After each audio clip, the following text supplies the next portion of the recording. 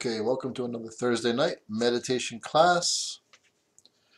Tonight I want to continue on our journey through, can you read that? Zen and the martial arts.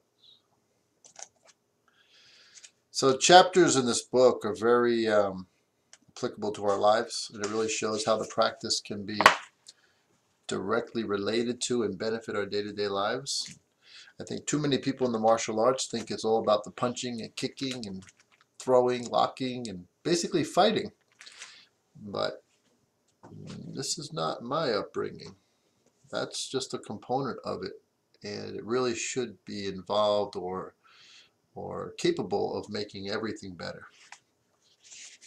So let's see, moving on. So let's see, I think we finished with something with activity, inactivity. Okay, extend your ki in the book. Ki is chi, just the Japanese way of saying it. Extend your chi. And again, I'm not going directly from the book. I'm looking at these chapter headings and just giving my own spin on it with some memory of the book exactly, but not very specific. Extend your chi. The first thing that comes to mind there is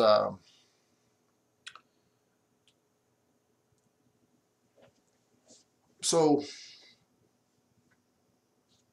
having intention. This is very easily demonstrated. You can place your arm on someone else's shoulder, and you can tell that person to try to bend your arm. And for most people, it would bend right away. But if the mind is right, and instead of just trying to keep your arm straight, you actually extend your intention as if your arm is 10 times as long, basically. You're just literally extending your arm with your mind. That intention alone will keep it from being bent. Very interesting. It's very real. I've demonstrated it many times. It's not even difficult, but having good focus is a key. Having good focus. It's not magic. It's intent. And because you're not fighting the person trying to bend it, you're actually just thinking straighter. It's like your arm is 3 times longer, 10 times longer, and then something hanging on it has no effect. In Chinese martial arts, there's a concept of listening Jing. Listening Jing. And this is kind of the other side of this. It's your ability to feel what the other person's doing. Almost like you feel what they're thinking. So when they move, you move first.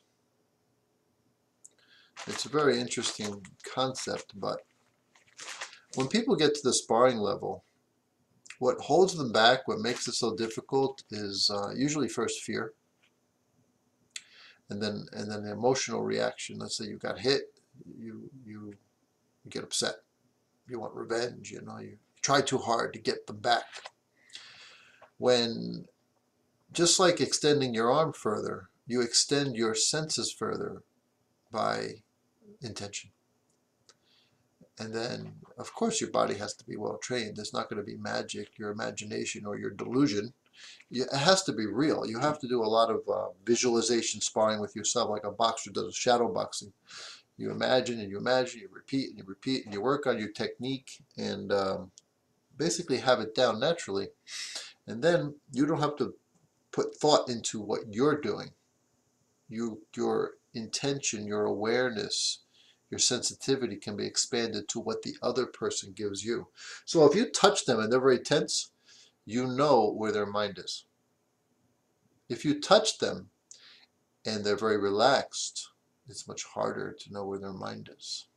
But most people, when you touch, you'll feel a lot of tension. So are they jumpy? Are they, frantic? Or are they calm, centered, relaxed? Very different from person to person. But if you're not centered, if you're not sure of yourself, your mind doesn't even see what the other person's doing. It might think just, got to attack, and afraid to get hit. And one thing about getting hit is that people don't understand is you're not made out of glass. You'd be surprised how hard you can get hit and not even get hurt. Target matters, obviously. A good target can obviously hurt you quickly, just like having a good target can hurt the other person very quickly. But most of the time, if you've ever, of course, growing up as kids, you've seen it, two kids flailing on each other. It's just no control. But guess what? Adults do the same thing. If you ever happened upon a road rage fight or something in the highway, which I have, almost did a few myself.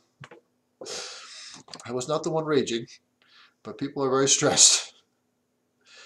And anyway, the way they're dealing with each other, there's no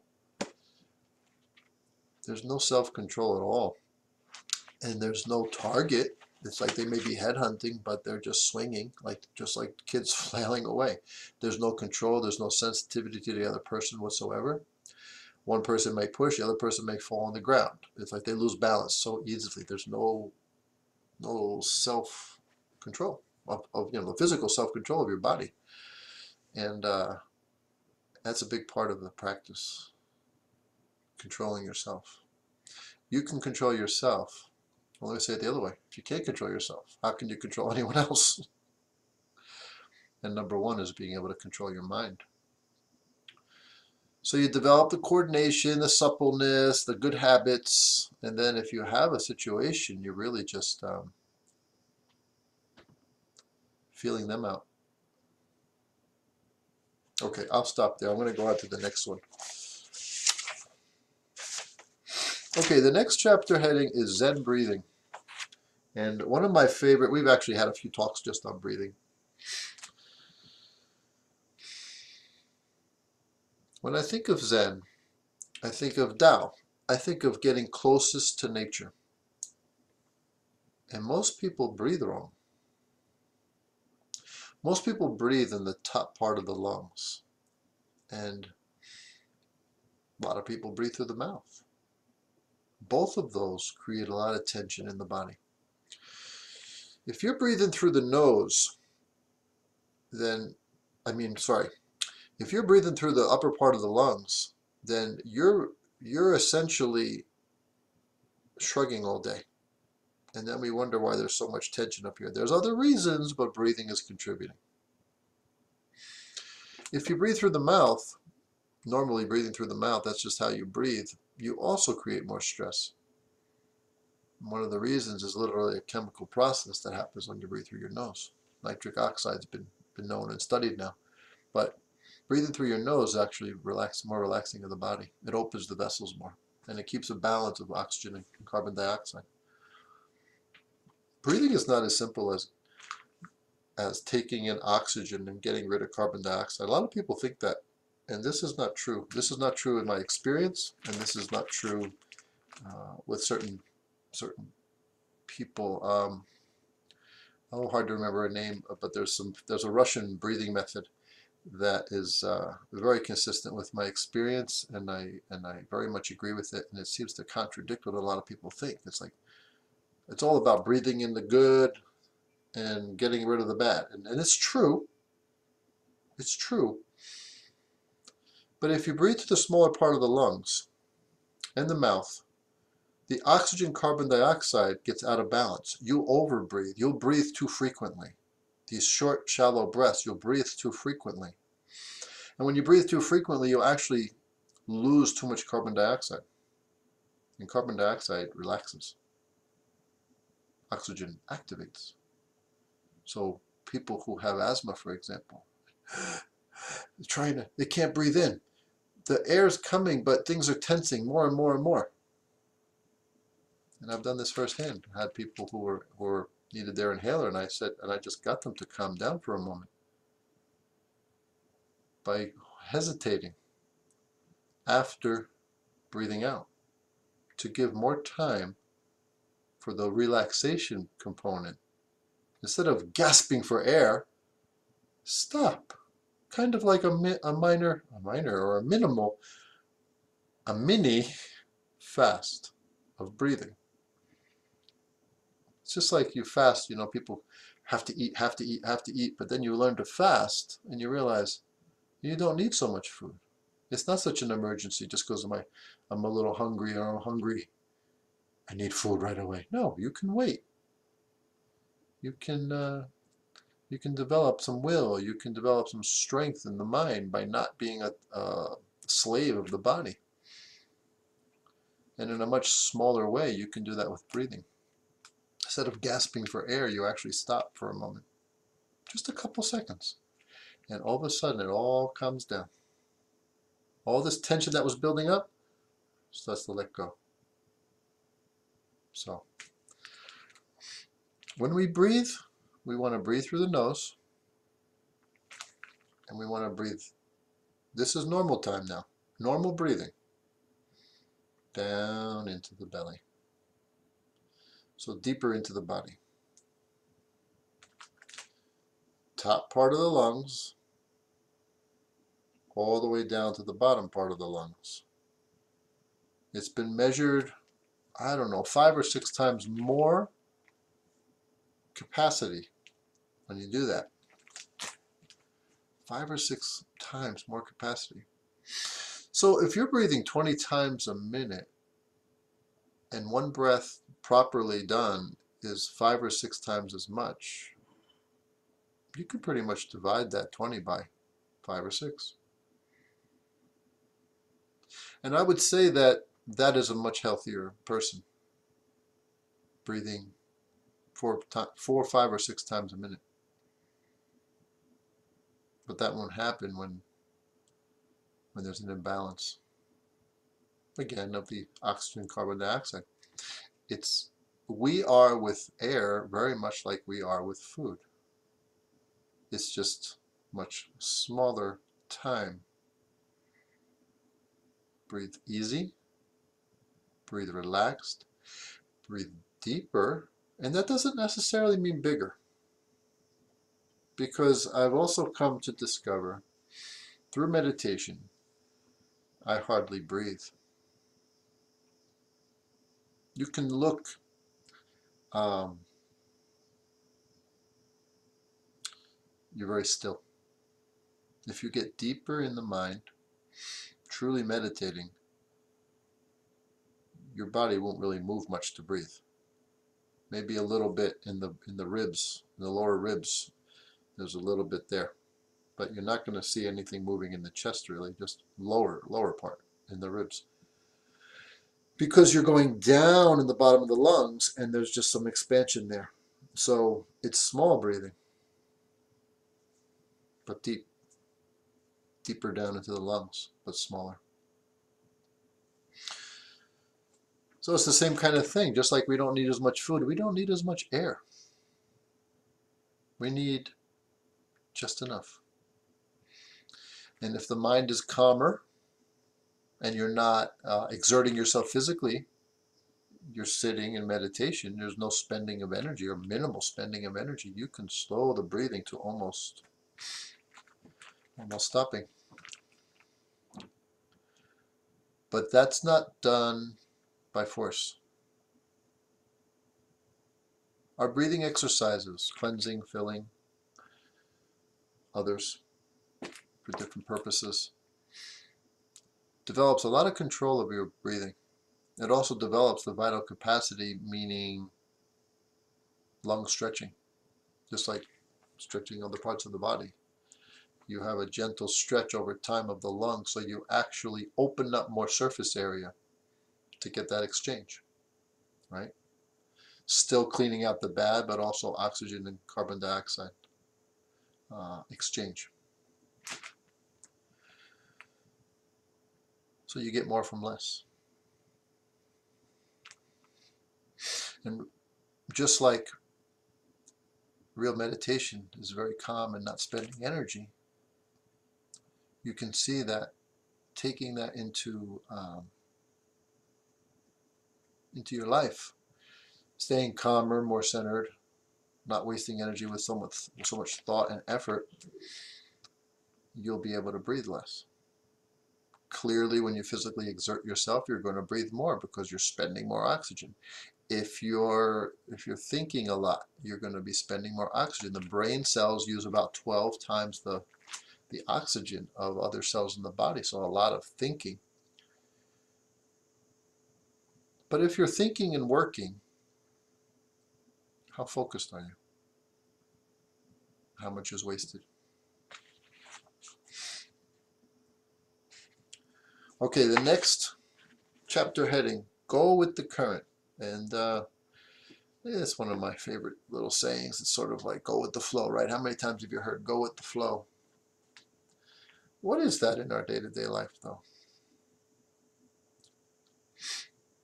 I'm reminded of the prayer that is, in the most basic sense, it's accepting what you can't do anything about, right? Accepting what you can't do anything about. What is that? It's like life is going on, and some things make you happy, and some things make you sad, and some things make you angry, and some things make you worried. But do they make you? Put 5 people, same situation, 5 different responses. It's not making you feel anything. This is just how you're responding. And it could be the way you breathe, it could be just the way you think, it could be the way you grew up, it could be organ imbalances. Literally in Chinese medicine, I mean, people who have liver imbalances could be very angry. People who have heart imbalances can be very sad, just for example. The emotion of the heart is joy. Too much spends too much energy. And it can have the counter, which is why I said sad. But those are real imbalances, and I can't tell you how many times I see a patient and they're always blaming their situation.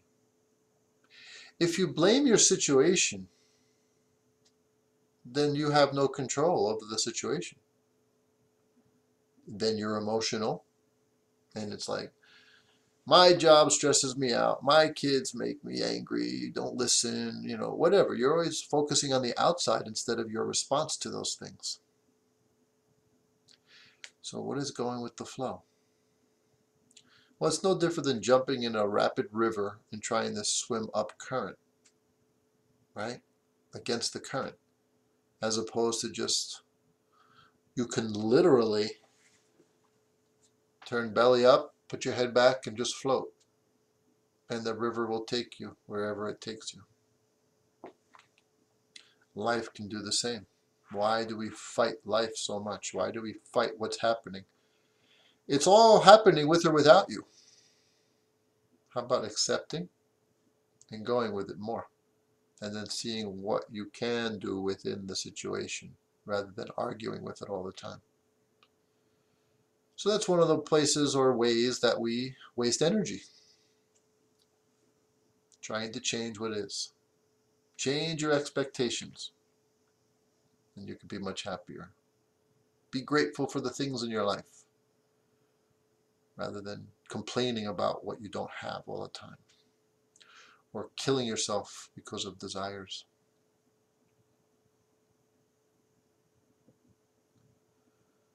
Life goes on with or without you. How can you live with more acceptance? And go with the current, go with the flow.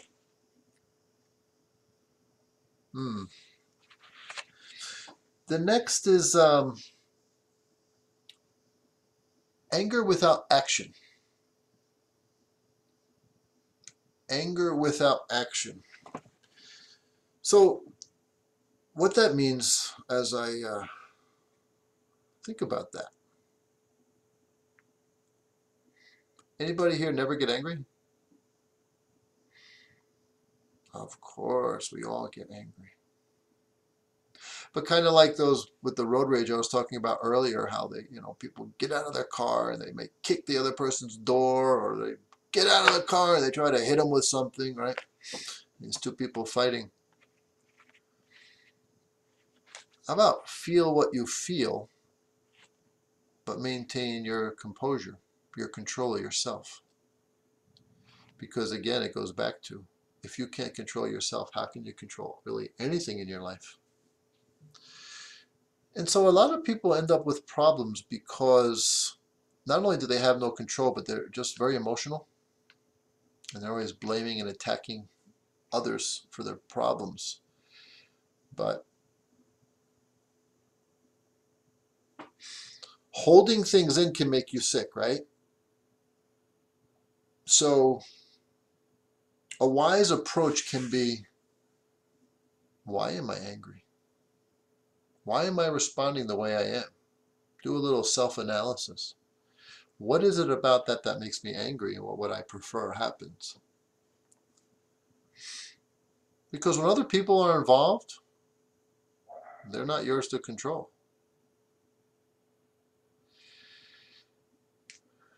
And I could have said, going with the flow, like the river, is giving me an image of water. Anger gives me an image of fire. And so if something or someone or situation allows, you allow anger to come out and you start barking at somebody, yelling at somebody, possibly even striking somebody, what's going to be their likely response? Are they going to give you more trouble or less trouble? Are you going to have more conflict or less conflict? To me, the anger is like throwing gas on a fire. You're going to make things worse. So if you don't have control of your emotions and you get angry a lot and you yell at people, you're going to have a lot of conflict coming back at you, a lot of anger coming back at you, and you're going to think like everybody else is bad and everybody else is wrong, and they make you angry and you want to blame them. If a salesperson makes a mistake and you start yelling at them, are they going to be more likely or less likely to want to help you? Your wife or husband or significant other or your children, if you're yelling at them, are they going to be more likely to work with you or against you? Which then makes you more angry, right? Anger is really something that, I remember the Course in Miracles. There was a quote, anger is never justified. Anger is never justified. How about that? And that goes along with the opposite. You made me angry. Really? They have a controller, remote control. They can make you angry. Or they just did something and you didn't like it and you decided to focus on that and become angry. So the self-analysis, why do I get angry? Why do I feel like that? What could I do? What could I do? If anger is a reflex, what could I do? Could I work on a new reflex?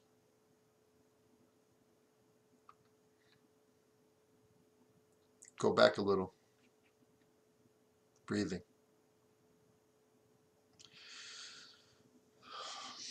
Something happens you don't like, you think it's wrong. Breathe. Breathe, and if it's something you are directly involved with, come up with a solution. What can you do? Because anger is not necessarily going to help the situation, but maybe some thinking. You can figure out what to do. Come up with some kind of a solution to a problem rather than just being angry with the problem. Now, we can be angry and complain and we can blame, but if we're not doing anything about it, then shut up. You're wasting your energy. And you're actually negatively impacting anyone that's around you with your anger. It's not helping. If you don't have something to do about it, you got to let it go. And if you can't let it go, then find what you can do about it. But sometimes there is really nothing you can do about it. And instead of being controlled by the anger, learn how to control your breath so that you don't have that anger. Because what I was going to say is like a teapot percolating, right? And you have the whistle on it, and it blows the whistle when there's enough pressure. Well, you're going to have that sort of thing happening when you're boiling up inside, constantly angry, but not expressing it. And I will say, expressing it can be effective, can be beneficial for the health, for your health, so that anger is not hurting you, like punching a bag. Years ago, I learned of a real angry kid who the psychologist had him break out a block of wood, 2x4, and use a hammer to hit nails into it. So just doing that, he stopped. I remember, I think he was pulling out his hair or something. He stopped doing that because this was a way to express his anger. And I don't remember the situation, but I'm sure it was something bad at home or something bad, things that he couldn't control, and it just built up so much anger inside. But that's why learning to control that helps us to be healthier too, and have better solutions for things. Partners, not opponents. That goes along with that. With family and people you care about most who are best at pushing your buttons. Are you more of a partner? Do you listen to the situation and adjust your reaction or response accordingly? Or do you press your way and only your way, which then creates more conflict? You see, you can be working as opponents with the people you love most, or you can be a partner. At work is the same. Are you working with people, or are you always in conflict working against them? Because anger controls you. So I said that quote, anger is never justified, but I will tell you there's one place where anger is helpful. Sort of a remedy if you're depressed. Also can be in a self-defense situation if you're frozen. Because there's fight, flight, and freeze, like a deer in headlights. Or you're too scared to do anything, which would allow you to become a victim. Anger can snap you out of that. You see, you're depressed, similar situation. It's like you don't have the energy to do anything, don't want to do anything, don't care about anything. But this is your life. Get angry. Boil up some emotion, which makes some more energy to use. You know, it's like building some passion for something. Like, my life matters. Instead of lying around playing video games, watching TV, or sleeping all the time. Use anger to get going, and maybe you step over that. And then you have to get past the anger too, of course. But anger without action, it's not letting yourself get out of control and working with people, making less conflict. Next, I like this. Recognizing a true threat. So, if you read my book, I told stories of things that happened when I was just getting into high school, teenage years, you know, boys will be boys. But there were some situations with basically gangs and beating people up. So, long story short, real quick, somebody wanted to fight me from across town that I didn't even know who they were. And I remember it was at a carnival, and they came up to me and they said they wanted to fight me, and I said, why? And they said, I don't like your face. And I said, well, I don't like your face either, but I don't want to fight about it. Never even met the guy before. I have no idea why he wanted to fight. I don't know. Maybe he had something to prove with his friends, his posse. But came behind the schoolyard one day, and a good friend of mine who I grew up with since we were pretty little, actually, was beat up pretty bad. And he was on the ground, if I remember correctly, throwing up, peed his pants, literally. I mean, there was a gang of older than him kids who were just beating him up, kicking him, everything. It's like we were probably 14 and these are 15, 16, 17-year-olds, you know, just doing their thing. I don't know. And a bunch of friends there did nothing. They just watched. It was like their entertainment. Now you want to see anger build up in somebody? That was me when I came back there and saw that. And I have to be honest, back in those days, I lost all my faith in people. That disgusted me to a level where I no longer cared much about those people, as far as being a true friend, so to speak. So I helped this guy get home. We had bicycles, too young to drive, coming around a couple blocks away. We were probably 1 block from his home. And around the corner comes about 20 kids flying on bicycles and surround us. And my friend, longtime friend, literally started to cry and shake, and he was freaked out, thinking he was going to take another beating. I found out he took the beating for me, which made me feel even worse, because apparently going back to the guy who wanted to fight me, it was all very odd. So they actually said, "We don't want you, we want him, you can go." So he scurries away, and that leaves me in the middle of these 20 crazy guys. And then here's the guy who wants to fight me from the carnival that I'm seeing for the 2nd time ever. And they wanted me to fight with him. And then there was a guy who was a couple years older than us that was probably a foot taller than me. And he was standing behind me. And I said, "I don't want to fight. There's no reason to fight. I don't even know this guy." And they said, "Either you fight him," which was about my size, "or you turn around and you fight the big guy." So I looked up at him, turned around, and just punched him and just jumped on him and started. I had a fight, so I had no choice, which is the whole point here, right? Recognizing a real threat. I realized I was surrounded. I had no choice. And that's the thing. At that moment, you have to go.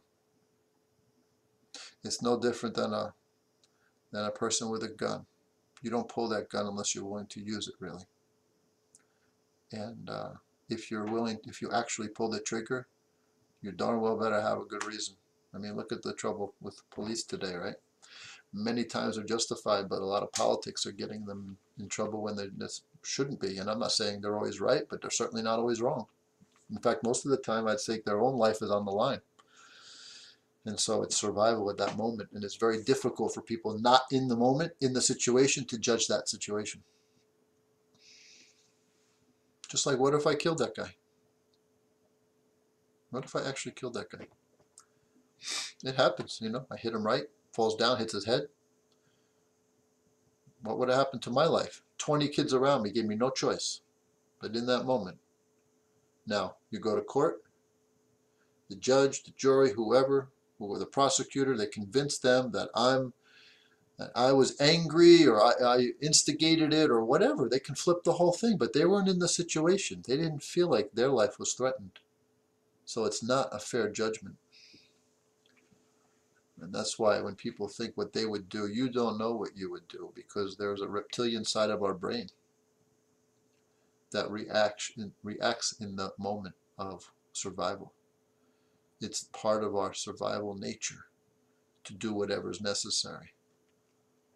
People that don't understand that, they think that we're living in the frontal brain, that we can decide in the moment, life or death. When we actually think we're going to die, we can't decide. We just do what we can to survive.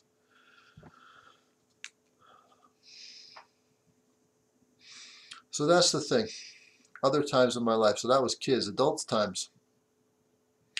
I mentioned there was times of road rage. Maybe some of you have experienced it, where someone approached me holding something in their hand. And This is where martial arts helped me the most. The ability to gauge the situation and to stay calm and to look them in the eye and to show them you're not afraid. It freaks people out. And I have stopped more situations just because of that. Because I didn't get angry. I didn't get out yelling at them. I was just holding my ground and facing them. But in my mind, and because of training, there's a moment of just like either you fight him or you fight him. It's like that moment where the line is crossed. You don't wait until they hit you. It could be too late. You have to recognize there's no choice at this moment. Can I get out of this without fighting, or do I have no choice? The moment you have no choice, you have to go all out. Go hard, go serious. You gotta do everything you can to take them out hard and quick. Or you could be dead or permanently maimed. Your ability to breathe and stay calm and stay centered and be able to, see, that goes back to expanding your chi, right? Your ability to read the other person. How severe is this moment? Are they just really angry and losing it and they're going to yell and scream and try to intimidate you? Or are they actually going to cross that line? It's a very difficult moment, but you have to be able to see when they cross that line. And I promise you, I've had enough incidences where that calmness calmed them down. So then the anger being fire, now I'm throwing water on the fire instead of gasoline. I didn't give them any fuel to burn. They burned themselves out.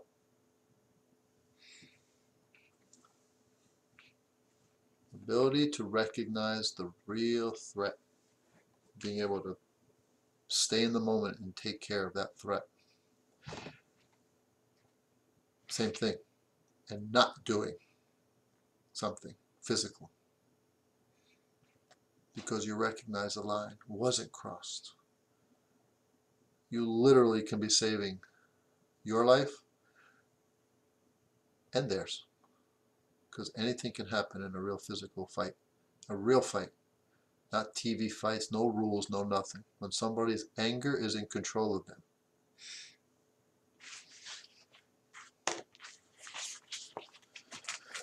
Many times we misinterpret that. And this is where, again, martial arts training is so essential that I believe from the young age all the way up. Because you learn to control yourself. And if you can control yourself, then you can influence to control someone else.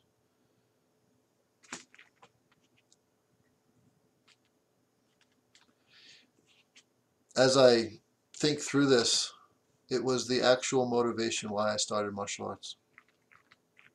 Because of those instances younger, and then getting to the point where I could pay for my lessons and make my own decision. My goal was not to be able to beat anybody up. My goal was to be able to control the situation. And I'm happy to say with those experiences, I have accomplished that goal because I've seen it firsthand. Numerous times, actually. Unfortunately. But fortunately, because nothing bad happened.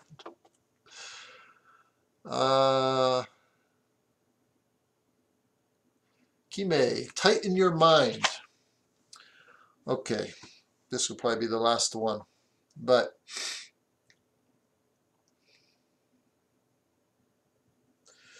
so tighten your mind. I'm going to use meditation as the example and then translate it or transfer it into day-to-day. So in order to be able to meditate, you have to first be able to tighten your mind, meaning get yourself to one thing, one pointed focus. You focus on that one thing. Can be the breath, can be a visualization, could be a sound, but you focus there. And you stay there. And the mind wanders, you come back. Your mind wanders, you come back. You're learning how to stop the scatterbrain and get it to one place. This is tightening your mind. You get control of your thoughts and you put it right where you want. And once you master your ability to stay on one thing, Then you go into awareness. And thoughts start to come again, go back to your focal point, tighten it again. So you tighten your mind to be able to loosen your mind. You tighten your mind to be able to loosen your mind. When you loosen your mind, you can take everything in. You tighten your mind, it's one thing. Tightening your mind also, do what you're doing now. It's being in the moment. Right here, right now. That's it. So literally, if you're showering, you feel the soap, you feel the water, you're washing parts of your body, you feel the sensation on your skin. If you're washing the dishes, you're paying attention to those dishes. You're not thinking about things that you did earlier, things that pissed you off, things that upset you in some other way. You're doing what you're doing in this moment. And this is how we conserve energy. Remember, brain cells use about 12 times the oxygen of regular cells in the body. Less thinking spends less energy. So the more you can do what you're doing now, the less stress and the more energy you'll have to do other things. You don't tire yourself out so much. Basically, living life like meditation. Doing what you're doing now, or just being in the moment. Completely taking in the moment. See, meditation is a practice for that. And when you get to that mindfulness part where you loosen up and just be, you take in everything through the senses. Or, eyes closed, go inside. Two different experiences. Expanding your senses and contracting within.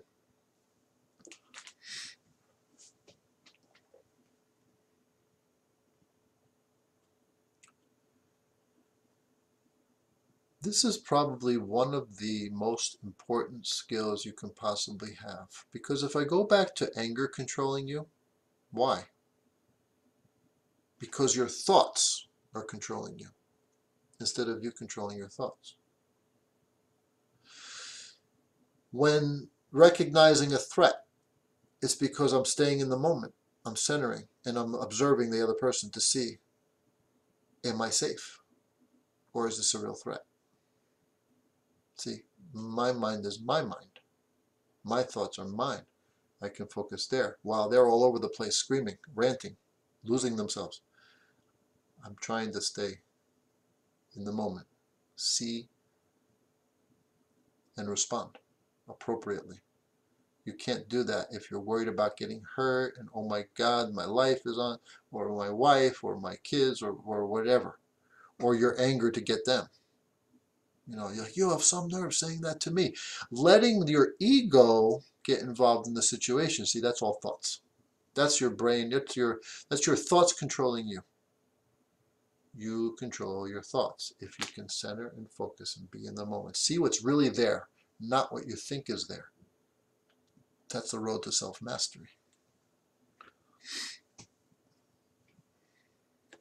Let's see what the next one is, or we go, well, interestingly enough, we'll end with the next one. Mushin. So Mushin is letting your mind flow, and that's what I was talking about. Okay, so tighten your mind is like the opposite of Mushin. Mushin is just be. And used in a fighting situation, because this is where martial arts is really challenging to the truth of where you're at in your level. If you train to the point of a reflex, right? I mean, I would even say beyond muscle memory, meaning your body just responds naturally according to the situation. It just goes without thought. Now it's the same thing. You can take in through sensitivity what the other person's offering you, and then the body just responds. It's like being led by your chi, some would say. But Mushin is that total mindfulness. It's a state of bliss. It's a state of no mind. It's just completely responsive as needed or not. You do nothing when you need to do nothing. You do something when you need to do something, not because you're thinking to do it. the automatic response. So that's why tightening your mind gets you out of the thoughts controlling you, so you can control, be here now. And then Mushin's more like no mind at all. Let it go. So let's go there now. Try to reach Mushin. Let's go to meditation.